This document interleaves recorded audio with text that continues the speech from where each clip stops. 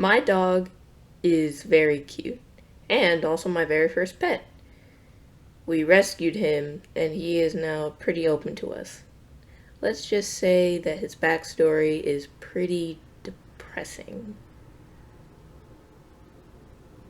But that's a story for another time. My dog has peed twice. He's cool now. He's just okay now, I should say. Don't you dare. He also has threw up on my parents' bed. It was gross. It was traumatizing. The second and third time was luckily on a plate. He's really attached to my mom. And yeah, my mom is the one that introduced him to us. And his name is Oscar. You know what's really surprising?